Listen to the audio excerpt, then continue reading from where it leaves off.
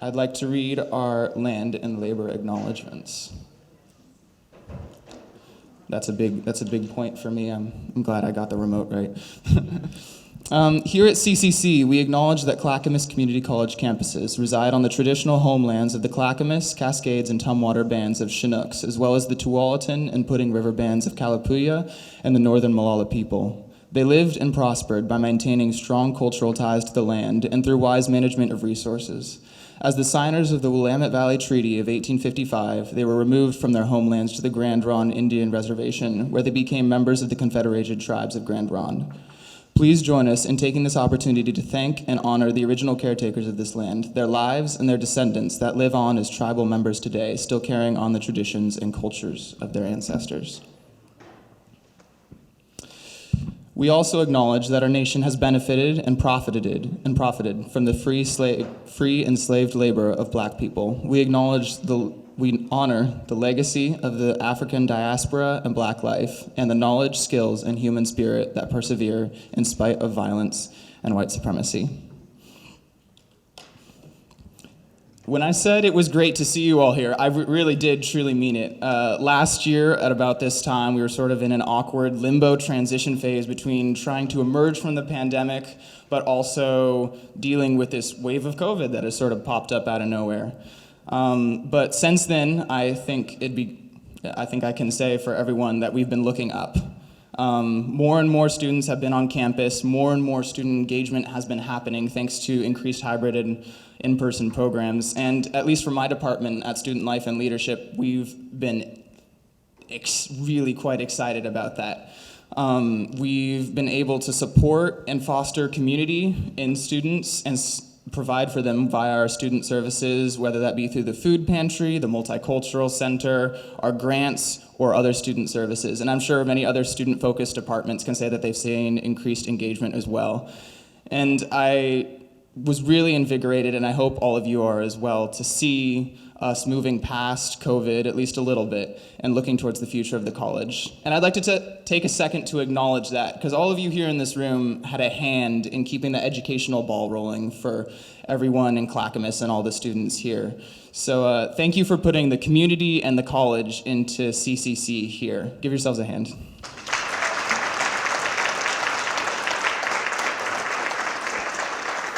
And hopefully your hands are warmed up now. I'd like to invite someone to the stage who's been instrumental in keeping everything rolling here at CCC. So without further ado, welcome your president of the college, Dr. Tim Cook.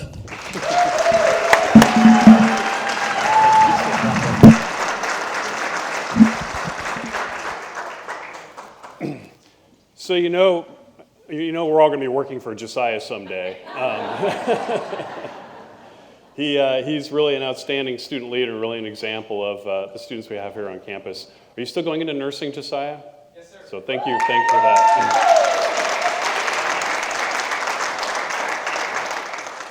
Well, I am also sure happy to be in front of you live and seeing you all here in Gregory Forum, and then also all of you here on Zoom as well. So we've got a lot to share, and I'm excited to get into that, so I'm going to jump right in. And first, I want to recognize our board members who are in attendance today. So if I've seen at least 3 of you, if you could stand up and wave. Thank you.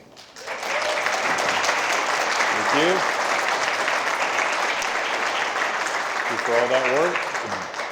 And then there are a number of elected officials that I've seen, and I've probably missed a couple that have come in. So, yes. Tootie and Christine Drazen. Yes, if you could please stand. And our Oregon City Mayor. Mayor Denise McGriff is also here as well, and I believe again we may have a couple of folks coming online too. We tried to get Senator Wyden to pop in. He'll be literally next door here right after this, so if you want to go see Senator Wyden as well, that's happening. But as you may guess, he's quite busy, so I don't think he has a whole lot of time to pop into my state of college. But we invited him. So lots to talk about. And lots to share today. As Josiah mentioned, the COVID-19 pandemic caused profound disruptions for us and for community colleges, for students and their employees. Since the pandemic, Oregon's community colleges have continued to adapt and innovate to meet the rapidly changing needs and circumstances of their students and their communities. Community colleges serve students at all education and skill levels, educating students with the greatest barriers to attaining post-secondary education and training. And this population seems to have faced some of the most significant disruptions from the pandemic.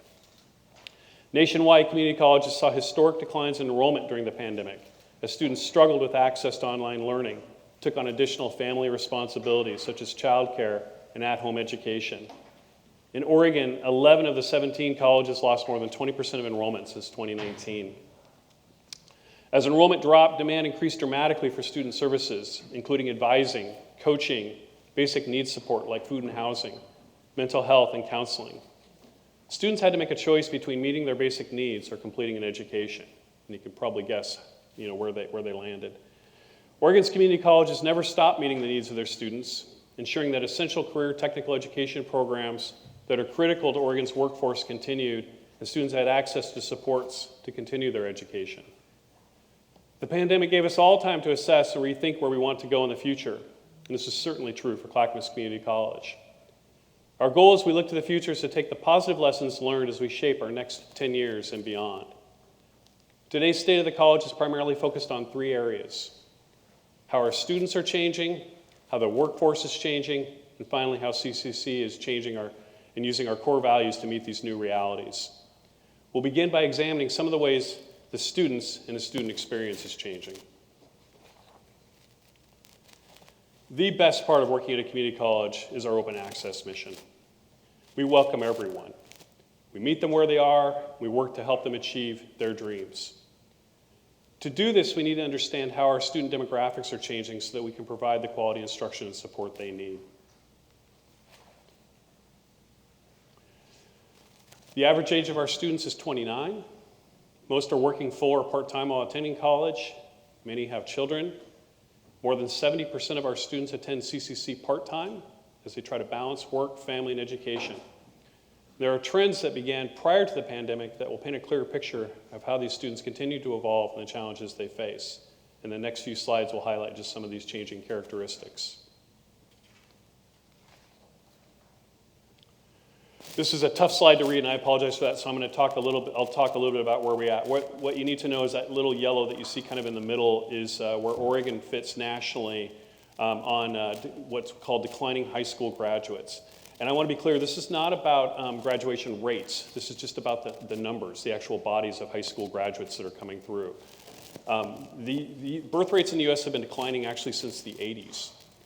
And as we look at this, Oregon nationally will fare better than most of the states over the next, this goes through 2037. We're expected to have a decline of about 3.4% of our high school students. But as you look nationally, you can see that there are some lots of places that are going down. And I know you can't see on this, people are always curious, the states that are increasing the most, North Dakota expected to increase almost 34%. Florida is increasing about 22%. As I said, we're decreasing 3.4%. Illinois has the largest, sharpest decrease at 23.4%.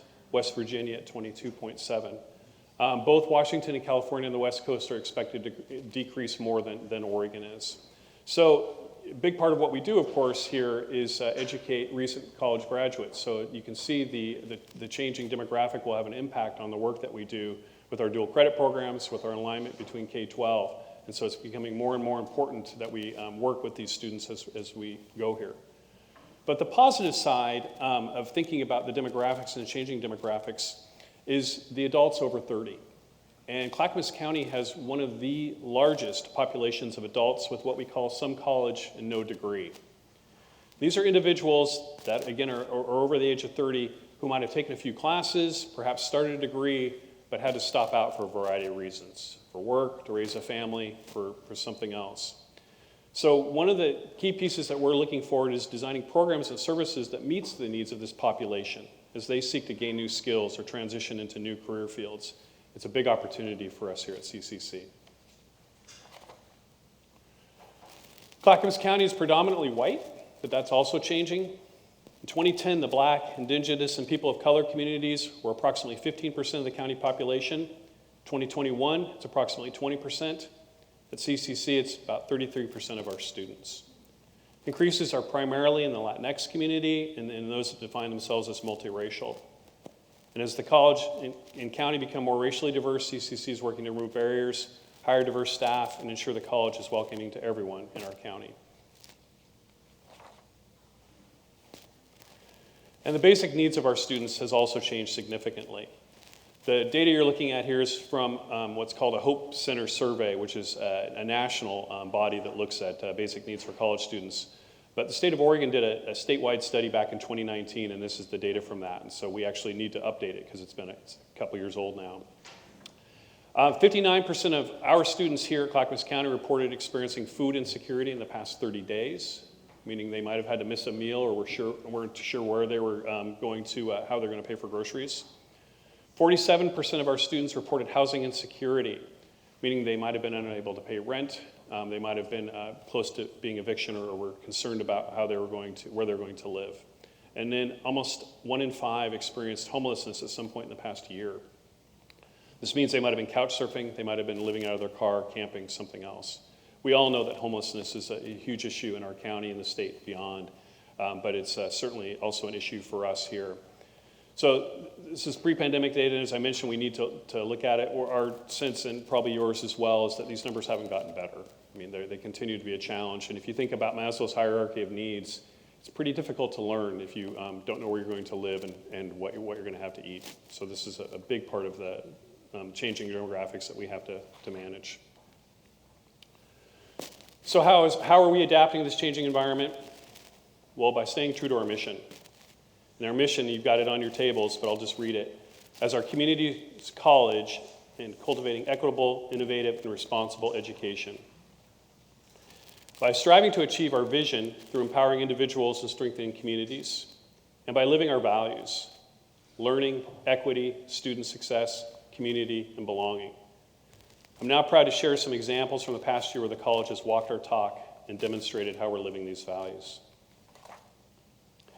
I just want to say before I get into that, these values were decided after more than a year of engagement with our internal campus community and feedback from across the Clackamas County. They serve as guideposts for the work we do every day. I suspect many of you contributed through a survey or through a focus group or some other opportunity to do these values. So of course, at the core of what we do at CCC is learning. We're a learning institution in the classroom, in our support services, throughout our beautiful campuses, and across the community. We demonstrate our value of learning by responding to workforce needs, adapting to changing learning modalities, developing innovative curricula, and working diligently to secure funding so we can consistently provide learning excellence. As I start going through how our work reflects our values, you may notice letters G and F on many of the slides. The G stands for grants, and the F is for foundation. A lot of what we were able to do for our students and communities thanks to funding from these grants and foundation support. So as I progress through these slides, please take note how many are connected to either the grants or the foundation. Significant part of our mission is to provide workforce training, so local businesses have employees they need to thrive. Feedback we receive consistently from employers is they need trained workers more quickly with relevant skills. They're interested in condensed trainings to upskill the employees quickly. The college is addressing this need through the development of short, stackable credentials with embedded industry certifications where possible. We're developing more and more programs to provide quick training to meet the needs of our industry partners. We're also interested in exploring competency-based training, which provides students with flexibility and faster track to attaining a credential. As the community college population continues to shift, this training option can be particularly beneficial to the older students as well as our industry partners. New technology is one of the ways we provide learning excellence. Thanks to the generosity of longtime supporters and donors, Terry and Cheryl Holden, our emergency medical technician program recently installed an ambulance simulator in Harmony East on our Milwaukee campus.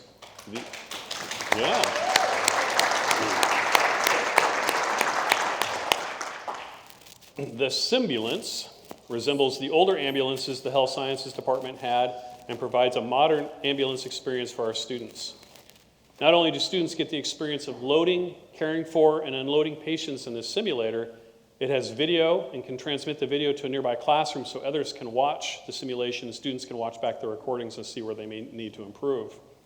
The simulator complements the new Fidelity mannequins our EMT programs have that also wirelessly transmit to a software program that analyzes and reports the overall effectiveness of a student's care of the patient. You're all invited to come check out our simulator in person and learn what our health sciences program are up to in an open house on our Harmony campus, tentatively scheduled for Thursday, February 23rd from 4 to 7 p.m. Stay tuned for more information, and I hope to see you there. Thank you to Santa Sawzak and the Foundation for supporting learning innovation.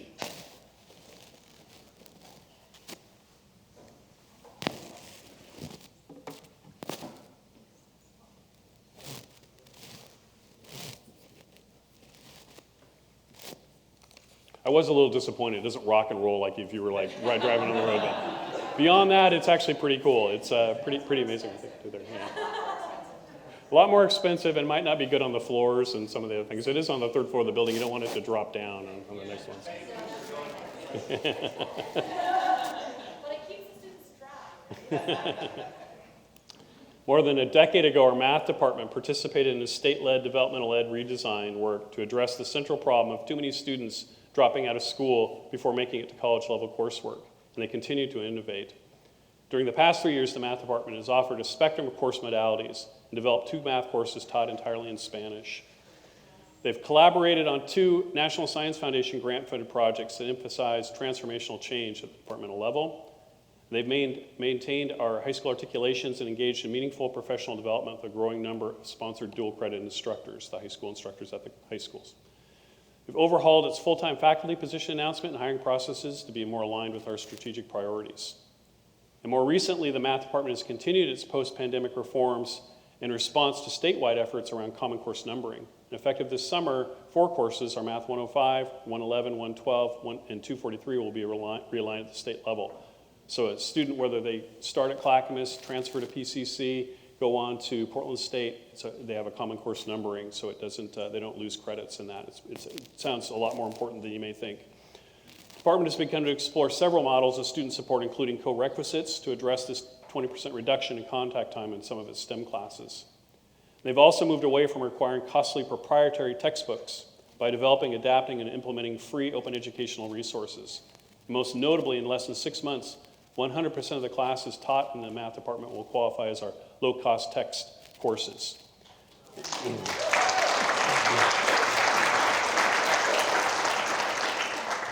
All of our Clackamas math students will pay just half of the state-recommended low-cost textbook maximum for their course. And I want to thank Dr. Mark Yanada and the entire math department for all of their work on this. In 2022, the college was awarded its 3rd round of Grow Your Own Teacher Partnership Pathway Grant funding from the Oregon Department of Education to help fill the need for educators in the community and across the state. In Clackamas County and Oregon across the nation, there's a lack of educators who reflect the demographics of their local communities, and there's an urgent need to increase the linguistic and cultural diversity of the local teaching workforce. By focusing on serving diverse future educators in Clackamas County and meeting them where they are, the college aims to develop a teaching force reflective of the community. Thanks to the Grow Your Own grant, CCC has developed its early childhood education degree and certificate program entirely in Spanish. This program allows Spanish-speaking students to complete their program in their primary language, whether it's English or Spanish, so they can provide high-quality early childhood ed programs for children and families. This is the first Spanish language early childhood education associate degrees in the country.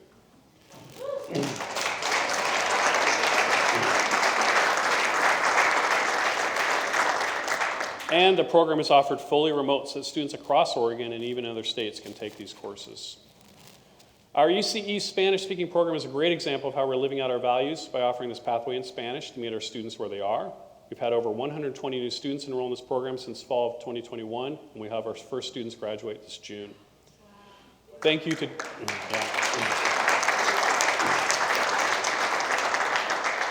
Thank you to Dr. Don Hendricks and Laurette Scott for your leadership on this initiative. How students choose to learn continues to change, and we continue to adapt to meet these changes. We ask students often, we survey them, we ask them how they prefer their learning. And when we ask students whether they prefer learning through face-to-face, online, or hybrid classes, they typically answer, yes, all of those. and which of course makes our jobs a little more challenging. Students want options that allow them to learn in different formats. And while we can't be everything to everyone, the faculty and staff work hard to offer learning that is. Oops, I guess I didn't make it to that, sorry. So I just want to cover some names around these because sometimes people get confused about them, so I like to remind people what all this means. Because you might hear the word synchronous learning, and that means everyone together learning at the same time, whether it's face-to-face or on Zoom. Or you might hear a class called asynchronous, meaning on your own time, where you're responding to videos, discussion questions when you choose. So for students that are working, getting on at midnight may be the only option that they have, and they look for asynchronous options. Or maybe it's a hybrid. Maybe it's a combination of face-to-face and asynchronous learning. So you come to class when it's really important that you're together and learning on that, and then you can learn some of the other information on your own time when you need to. And research seems to indicate actually that that's probably one of the best ways that we learn. And then what's something a little bit newer called high flex. You may have heard this term, or you may hear this term. And this kind of means everything. So you'd walk into a classroom, you could watch it from home, you could watch the lecture later. It requires a lot of technology, requires a lot of work on the faculty to prepare and assume that students may not be there, they may be watching from home, they may be in person, and adapting all that work. So it's difficult to do, and also the jury's still out on whether this is really the most effective way to learning. So we've adapted a number of our rooms to do this, and we're still exploring it, but we'll see where it ends up. Many of our students prefer to learn on the job, working while they learn and getting paid for it. Clackamas Community College partners with companies across the state to offer classroom experience to supplement what students are learning on the job and allowing them to advance their careers. Through classroom training, CCC directly supports nearly 597 to be exact, students in 11 different registered apprentice programs. We indirectly support additional apprenticeship programs as an educator of choice, providing some of the classroom training that programs require through our standard course offerings at the college. Now, you're unlikely to see these students unless you're here at night, as apprentices spend their days working with experienced professionals and then come to our campuses in the evening for the formal classroom learning that's part of their program. Indeed, if you go to our Wilsonville campus at night, it's difficult to find parking near the training center. Or if you come to the training center in Oregon City in the evenings, due to all of our apprentices that are here learning. This photo is actually of Aaliyah Davis, who's in a college-supported apprenticeship program to earn her journeyperson card in CNC machining. She currently works at Shields Manufacturing during the day, comes to college, take classes in the evening, and as the only female apprentice in the CNC manufacturing in the state of Oregon, she told us that she wants to set an example for other women and for her 2 daughters.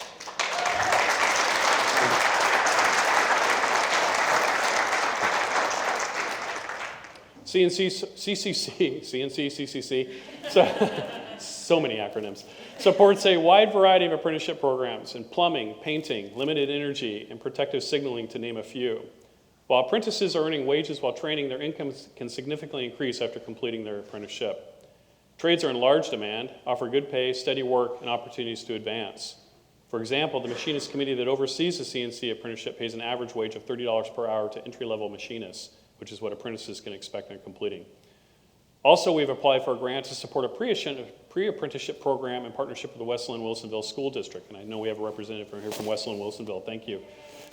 We won't know if it will be approved until March, and we continue to explore opportunities with area high schools to expand access to apprenticeship programs for traditionally underrepresented populations in the trades. And by the way, our PGE lineman apprenticeship program was recognized this last year as having the degree program with the pay is higher than most, if not all, 2-year degrees in the state of Oregon. And thank you. Thank you, Dan LaFaro, for leading, and for those who support our apprenticeship programs.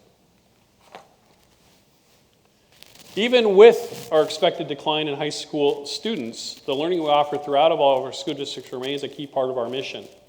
By offering high school students the opportunity to get college credit in their high school, we're providing learning that is accessible, cost-effective, and a factor in students' likelihood to graduate high school and go on to college.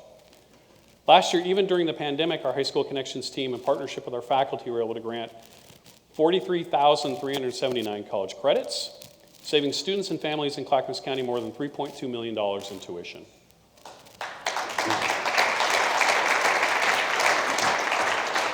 High School Connections continues to see strong connections and partnerships and growth throughout our area high schools. Last year, we partnered with 49 high schools in 26 different school districts. We're excited to bring more hands-on college credit course opportunities to our high school partners by launching the Career Technical Education Pathways program fully in 2021 and 22 last year.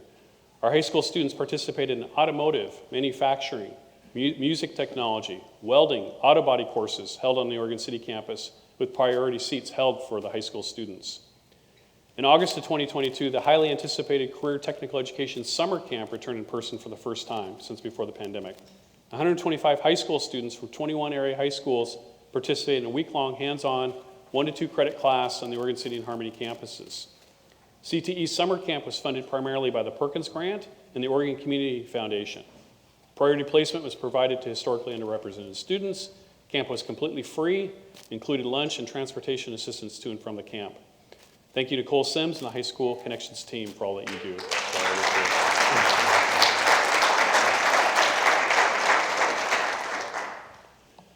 Our federal and state grants provide the funding for the college to offer innovative learning in a variety of programs. These competitive grants are not easy to achieve, and our success the past several years is a testament to the work being done by our grants director, Amy Kanata, and the forward-thinking faculty and staff. And Amy is in the room, so I saw Amy earlier somewhere. Hi, Amy, thank you. Thank you for the work to develop these proposals and execute the deliverables. In addition to the grant funding from Future Ready Oregon, which I'll talk about further in a few slides, the college received funding support from the Oregon Department of Ed, Lumina Foundation, and of course our favorite band, Metallica. Thank you, Amy and all. And of course, demonstrating how we live our values, it's always best to let the students tell the story.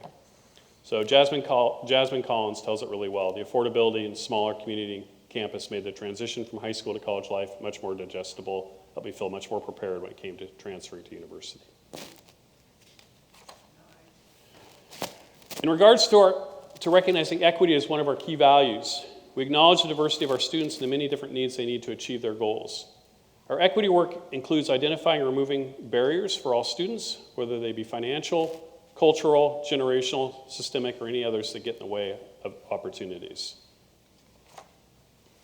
As I mentioned, Future Ready Oregon funding. Last year, we were awarded over $1.2 million in Future Ready Oregon funding from the state for career pathways, workforce development, and credit for prior learning. This is a state-led $200 million investment to get Oregonians the education and the training they need to get living wage careers. This term, which we just started last week, we're using some of the Career Pathways funding to offer 4 programs that provide extra academic support and funding. Students can get career ready in 6 months or less and may qualify for funding for tuition, fees, textbooks, transportation, and more. The priority populations for this funding are people of color, women, low income, rural, and frontier communities, veterans, people with disabilities, justice involved, members of Oregon's Native American tribes, people experiencing discrimination in employment on the basis of age, or members of the LGBTQ+ community. The programs that we're offering are healthcare, welding, CNC operator, and irrigation technology. And as of last week, 55 students have been awarded about $75,000 of this money in grants to help them continue their education this term.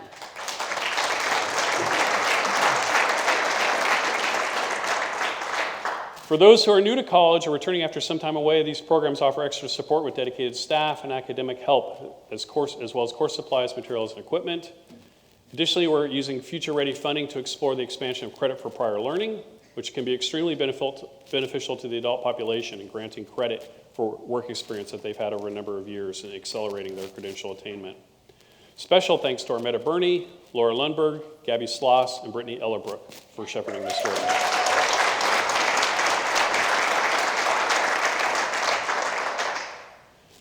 In recognition of the changing demographics in Clackamas County, we continue to hire more positions that are bilingual, including in our admissions office and in advising. Pictured here is our workforce development staff, 40% of which speak English and Spanish. Additionally, we've hired bilingual college navigators, a financial aid coordinator, a financial aid assistant, an advisor, admissions counselor, teaching assistant, early childhood education coordinator that are all bilingual in English and Spanish. And we have a bilingual French coordinator in our Welcome Center if you know anybody who speaks French that would like to come here to Clackamas. We also offer a Math 50 class in Spanish remotely every term, and we'll be piloting a Spanish bilingual Math 211 this summer. Navigating college is not easy, so we have a number of positions with this navigator as part of the title. So what's a navigator? Well, navigators support students in accessing resources and supports to ensure they can pay for college, access wraparound services such as childcare, transportation, and housing. These navigator positions also support business outreach, connecting students to internship and employment opportunities. We have navigators who assist with early learning, workforce development, career and technical programs, retention, and GED. In this video, a GED student, Lucia, talks about how our benefits navigator, Helen Paz, helped connect to the Governor's Emergency Education Relief Fund and STEP funding to help pay her rent to free up funds so she could pay for a past due bill.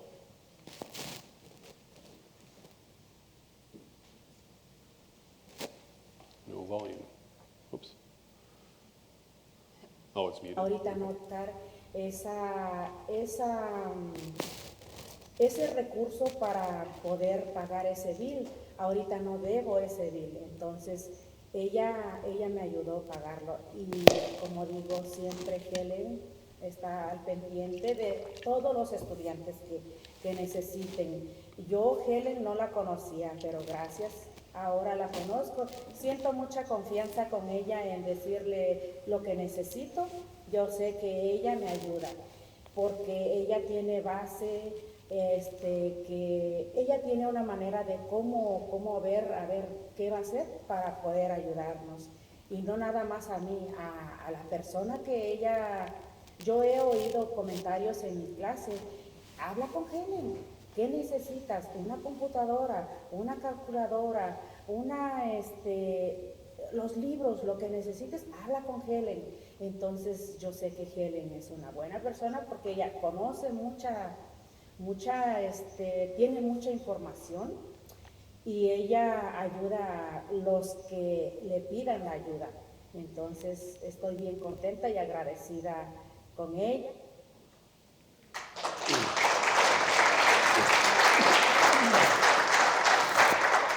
So the takeaway is to talk to Helen, but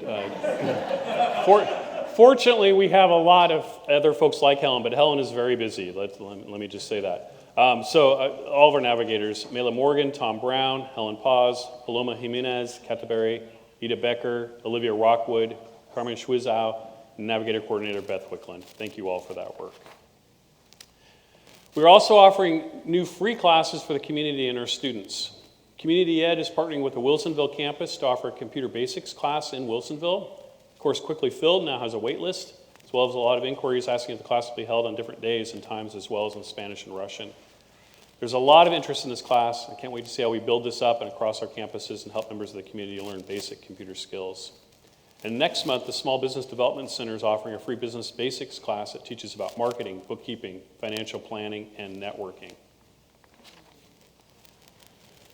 Now more than ever, we're seeing students that need extra support outside the classroom. Like many, they're having difficulty affording paying rent, childcare, and are faced with making hard decisions like paying for food and paying for textbooks. Areas across the college are working to provide resources for our students. We provide supports to student veterans with emergency funding. Our students' emergency grant through the foundation can help with things like car repair, one-time rent assistance, and utility bill assistance. Counseling department has funds to support students who are unable to pay for class fees, textbooks, and other expenses relating to retention. Our Associated Student Government has dedicated funds to help with class-related materials like textbooks, calculators, art supplies, and equipment, as well as gas cards.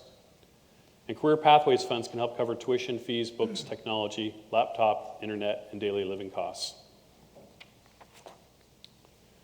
Our Small Business Development Center is an award-winning example of how to offer relevant, affordable, and accessible business education for small business owners in Clackamas County. In addition to in-person classes, scheduled Zoom trainings, the SBDC over the summer developed and prototyped a video-on-demand contractor program. This gives students the ability to listen to lectures as often as they need in preparation for the contractor exam. And our first-time pass rate was over 90%. Many of these students are from the Latinx community and have ready access to the lectures that enhance their learning. And the CCC SBDC will add a 100% Spanish-speaking option later this year. Director Rob Campbell, who's in the room, thank you, Rob, for this work.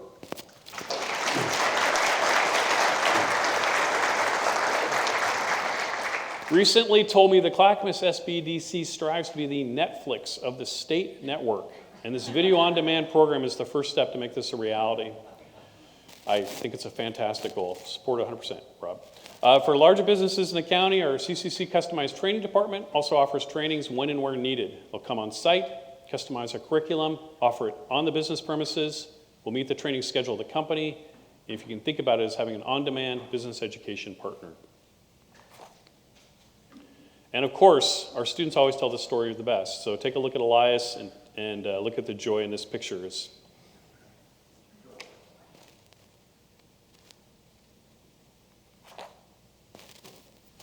Student success means something different for every student. My own definition is a simple one. Success is helping students achieve their dreams. Whether that's completing a transfer degree, gaining skills for a new career, earning a GED, or taking a class of personal interest. The value of student success is evident throughout our college. Through work-based learning, we are strengthening our partnerships with businesses and industry, using key strategies to help ensure the preparedness of our students for the global marketplace. Our automotive department has been developing industry partnerships to ensure that every student participates in work-based learning opportunities during their second year of the program.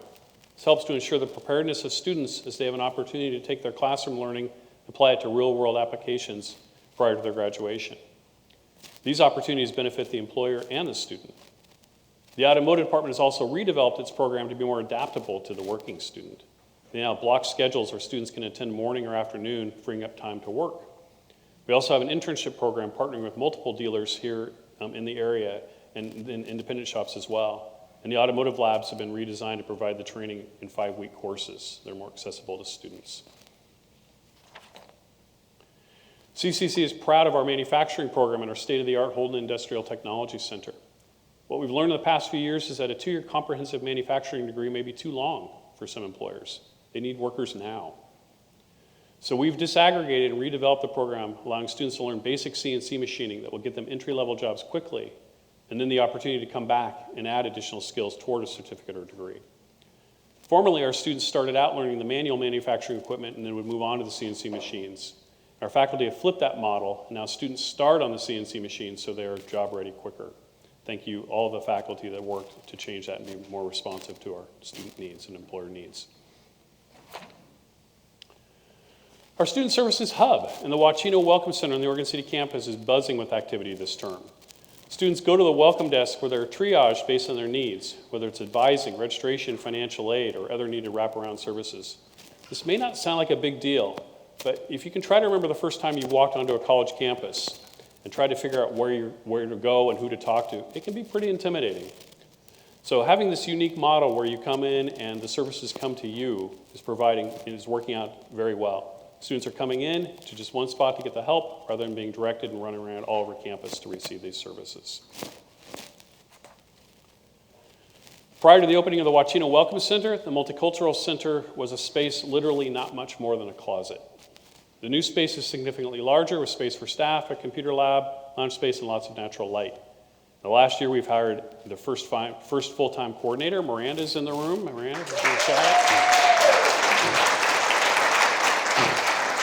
We've used the space for student events, student club meetings, student hangout space. Multicultural Center has hosted several cultural celebrations and recognitions, making sure to include opportunities at all 3 campuses.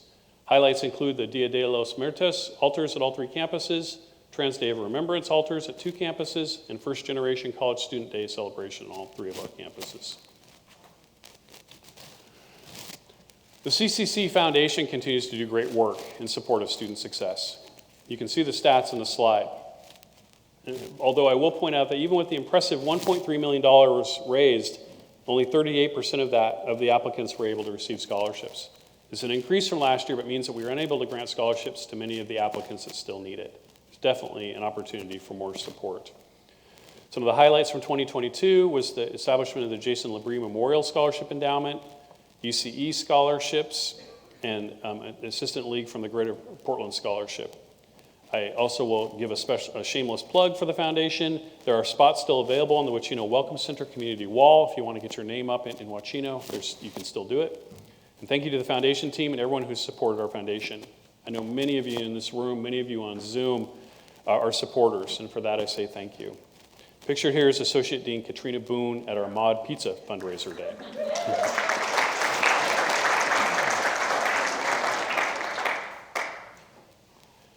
Your generosity supports students like Khaled and so many others.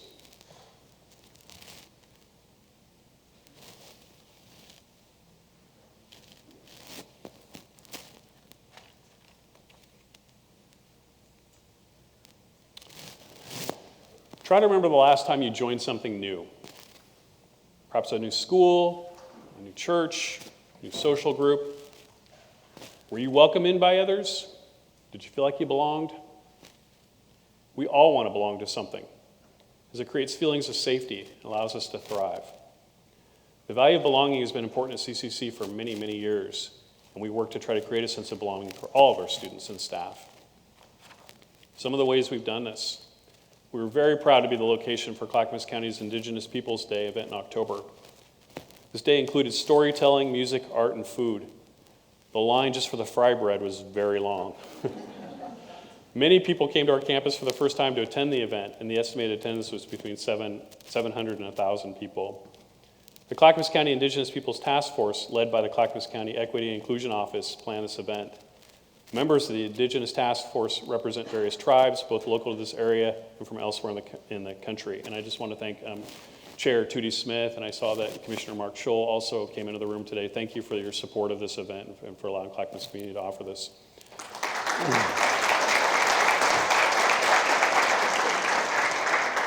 The task force plans activities that amplify the voices of our Indigenous community members, such as Indigenous Peoples Day. Task force is led by the Equity Inclusion Office, includes CCC Chief Diversity Equity Inclusion Officer, members from various tribes, both local to this area and from elsewhere in the country. Sponsors of the event included the Red Lodge Transition Services, the Confederated Tribes of Grand Ronde, the Libraries of Clackamas County, Unite Oregon, and also the City of Lake Oswego and the City of Milwaukee. After meaningful conversations across the college with students and employees last year, the college adopted Juneteenth as an official recognized holiday. For those who may be unfamiliar with Juneteenth, the holiday commemorates when remaining enslaved African Americans learned of their freedom on June 19th of 1865. This is 2 years still before the Emancipation Proclamation was signed. It would be an understatement to say the eradication of chattel slavery and racism has moved too slow. I'm proud the college continues to make strides in its equity, inclusion, and belonging work.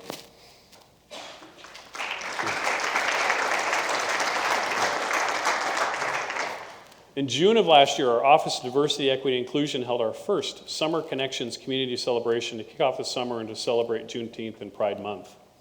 This event literally had a bit of everything: traditional Mexican folk music, Chinese dragons, barbecue food. We had community partners from across the district and from within the college at the celebration, and despite a downpour of rain, we had a wonderful turnout at this inaugural event. So mark your calendars. This year we're going to hold it on Friday, June 9th from 5:30 to 7:30 p.m. I hope to see you there. It was actually really a lot of fun to see the entire community here at that event. I want to thank DEI committee members, DEI Office and Student Multicultural Center employees who played key roles in Indigenous Peoples Day, Summer Connections, and Juneteenth celebrations. The work they do has resulted in some wonderful events, meaningful connections, creating spaces of belonging. Particularly, I want to thank our Chief Diversity, Equity, and Inclusion Officer, Casey Layton, who's in the room.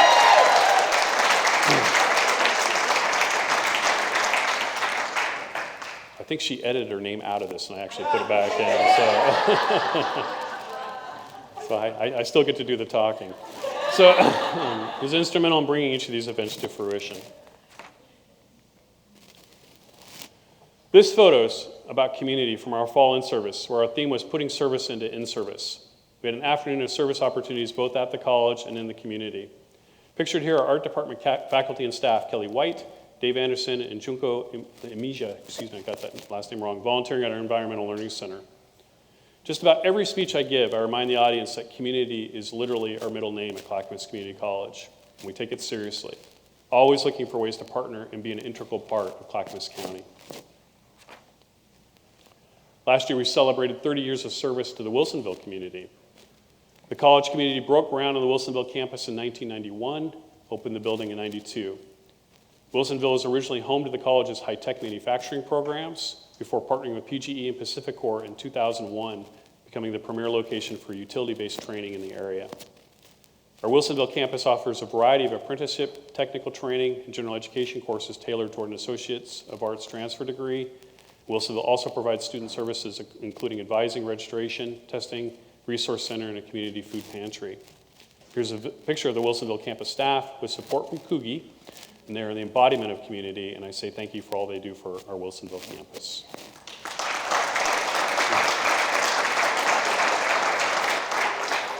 Speaking of Wilsonville, last June, roughly 35 business stakeholders joined us for a business summit in Wilsonville to identify common goals, challenges, to establish and strengthen partnerships that meet the immediate and future needs of that community. The purpose of the summit was to create new connections, renew existing ones between the city, local businesses, and higher education. Participants at the summit indicated a desire for increased collaboration and community partnerships between local businesses, K-12, and higher ed. Several specific ideas were discussed, as you can see on the slide. This is the beginning of regular meetings and conversations between higher ed, industry, and local government. We plan to host more of these summits here in Oregon City, also Milwaukee. If you'd like to be involved in these discussions, please let us know. In 2014, the college district approved a $90 million bond for us to expand and make updates to our buildings, our facilities, and our grounds. We built 3 new buildings, expanded and remodeled others, improved transportation to and from and around the college, and much more. We're also able to leverage that $90 million by getting state matches for 4 of the projects. Thank you to our legislators for that support. We also got grants for seismic work, the transit center, and even furniture. Thank you to everyone who has supported the bond over the last 8 years.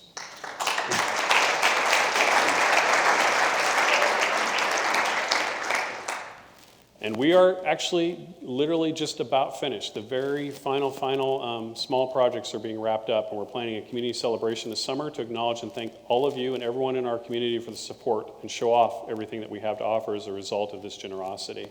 Be on the lookout for more information as we get closer to the end of the school year. Many people have played vital roles in our bond projects, but I have to call out Dean Bob Cochran for a special shout out for leading all these projects.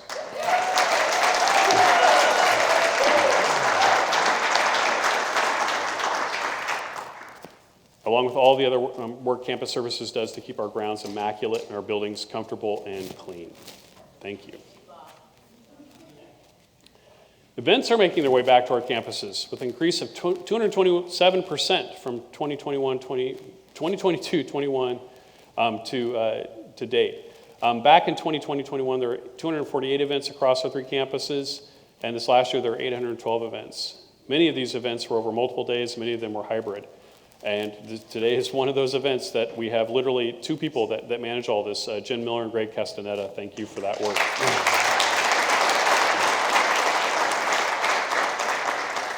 If you are not familiar with our campuses, we offer a wide range of facilities to rent for your next event or meeting at a very reasonable rate for conferences, luncheons, lectures, and corporate events. I understand even one of our own board members may be actually having a wedding here on campus this summer. Sorry to call you out. Now you're stuck. Last year, Events and Conference Services partnered with College Relations and Marketing for an innovation grant to purchase equipment to hold small, large-scale, virtual, and hybrid events just like this one today. Benefits of this service include ongoing revenue potential, greater use of our campus buildings, greater visibility across the district, building relationships with business and organizations, and offering a service that may be lacking in the community. So if you need space, you know where to come. Many of you are also aware of CCC's Les Diasis, who's the founder of Benchmade Knives Makerspace. After proper training on the Makerspace equipment, participants have the ability to use equipment ranging from basic woodworking machinery, 3D printing, to CNC milling, plasma, laser cutters. Lab includes woodworking, construction, traditional metalworking, sheet metal, welding, cutting station, digital manufacturing, electronics, and even sewing. CCC Makerspace is the first of its kind in Clackamas County, possessing a capacity to expand into specialized sections of the college's Advanced Manufacturing Center, providing skills-based training in industrial technology. And if you didn't know, this is not just for Clackamas Community College staff and students. This is a community space. So if you've got a hobby, you've got an interest, and you need some specialized equipment, this is the place you want to come.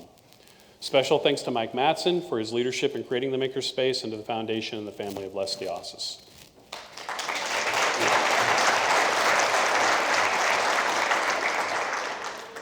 The college is constantly looking for ways to partner that create opportunities for students while benefiting the community at large. I'm happy to announce that after more than a year of preparation, remodeling work has begun in the Clackamas Volunteers of Medicine Clinic in Claremont Hall. Martha Spires, the director, is in the room. She's got a big smile, and I have a big smile because this has been a long time coming. This free clinic will provide health care for students, opportunities for health science students to get practical experience, and expose college programs to many in the county who've never set foot on our campus. Thank you, Martha, for the great partnership.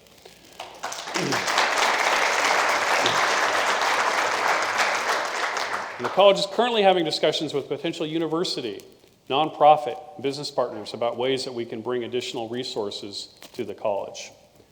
In response to growing needs in the county, the college is investigating partnerships for affordable housing, childcare, and elder care services on our campuses. And look at David here, who graduated with honors. Now works for the Oregon Employment Department, giving back to the community, one of our non-traditional students in his 40s. Give it the old college try, you too might succeed with honors. As we look to the future, CCC continues to adapt to meet the needs of our students and Clackamas County through our partnerships with K-12, universities, businesses, and addressing workforce shortages. To prepare for the next 10 years and beyond, the college has been working on a concept master plan. Our team has performed surveys, meeting with various college councils, committees, focus and stakeholder groups. We explored the Oregon City, Milwaukee, and Wilsonville campuses and have created a 10-year framework for growth and change. The main outcome of this project includes a vision and direction for each campus, including potential expansion, in addition to buildings along with adaptation and improvement of existing buildings, all to enhance the educational and social mission of the college. Further equity and sustainability through our improvements and adapting our facilities for current and future learning modalities and student needs. These concepts have examining how we look at contemporary teaching and learning environments, including spaces that support online and hybrid modalities, providing more indoor and outdoor spaces for interactive and individual study, group collaboration, and informal social activity. Providing contemporary teaching and learning styles by modernizing standard classrooms and adding technology, improving community connections and partnerships, improving student success, student services, clubs, meeting spaces, our cafeteria and bookstore on our Oregon City campus, improving facilities and outdoor spaces, including athletics for student and community use. Improving the east side of the Oregon City campus with a vision for horticulture, career and technical education, and apprenticeships. This concept master plan is very near completion, and actually there's some information out in the lobby if you want to take a look at that work that is coming out of that. Thanks again to Bob Cochran for helping lead this work.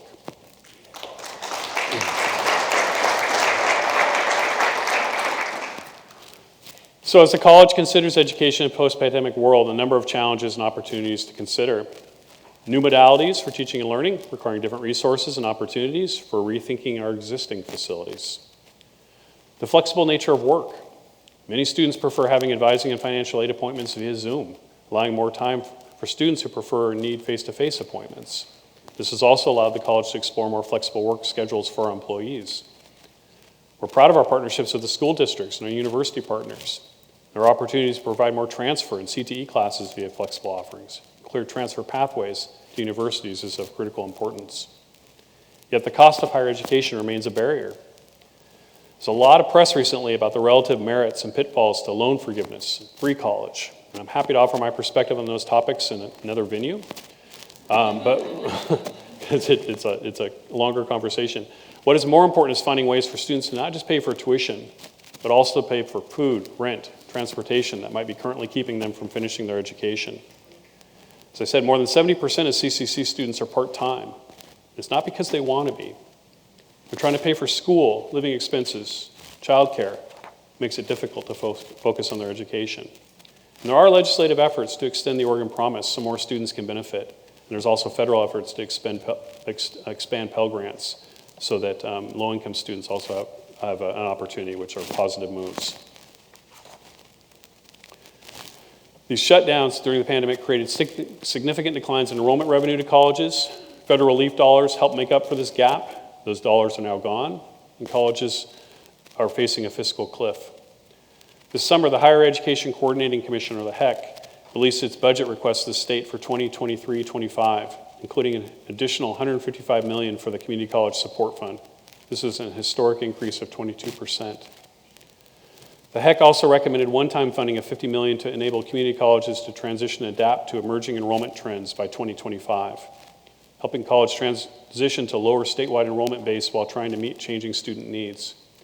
For example, if a college cuts a program, they first try to teach out the existing students in the program, which means they need additional transition funding to support that effort. Colleges are asking the legislature in the 2023 session to support the HEC request of $155 million in ongoing funding and $50 million in one-time funding for the 2023-25 biennium.